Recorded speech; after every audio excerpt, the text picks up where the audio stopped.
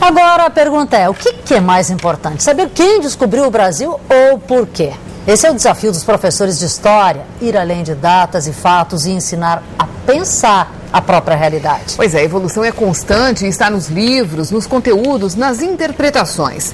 A mudança está na maneira diferente de contar a mesma história.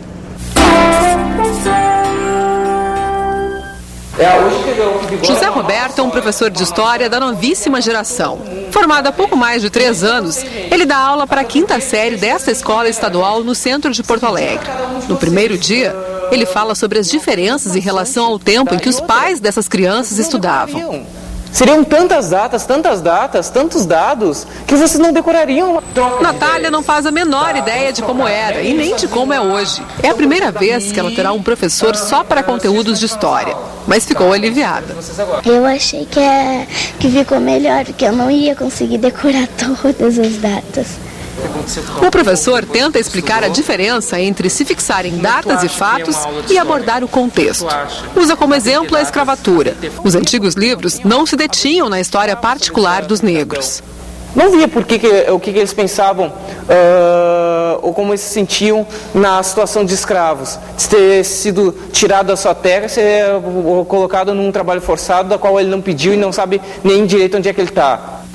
O modelo antigo era difundido pelo Ministério da Educação através de cadernos como este. Em 1968, os cadernos do MEC de História do Brasil apontavam isso, né?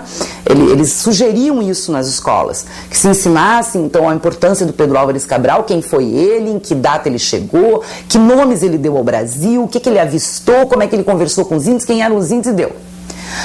Hoje, não só a gente tem textos diferentes apresentando interpretações diferentes no material didático que a gente dá ao aluno, ou que o professor escolhe e sugere ao aluno, como a gente tem uma preocupação em interpretar o significado e o impacto dessa conquista em 1500.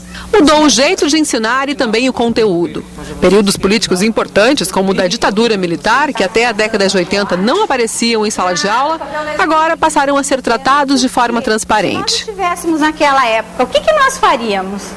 Eu, como professora, nós não existia essa possibilidade de diálogo, porque a censura era uma verdade. Eles jamais falam sobre ditadura, jamais falam sobre golpe militar, isso não existe. A concepção era de que houve uma revolução que trouxe ou que buscou restabelecer a democracia, era essa ideia. Não se estudava o que foi, o que significado que teve a ditadura na vida das pessoas, o significado da censura na vida pessoal delas. E para lembrar deste passado que os alunos não viveram, uma das estratégias é trabalhar muito com o presente. Existem filmes excelentes, né? O que é isso, companheiro?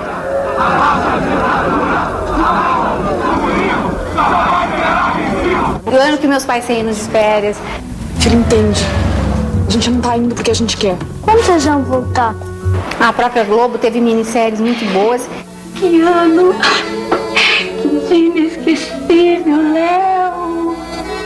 Por este modelo, os professores não apresentam mais os personagens como heróis ou vilões. Todos têm responsabilidade sobre a história.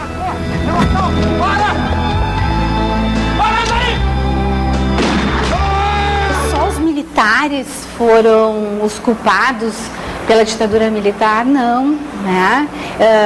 A sociedade, de certa forma, participou muito. O passo seguinte é a visão crítica.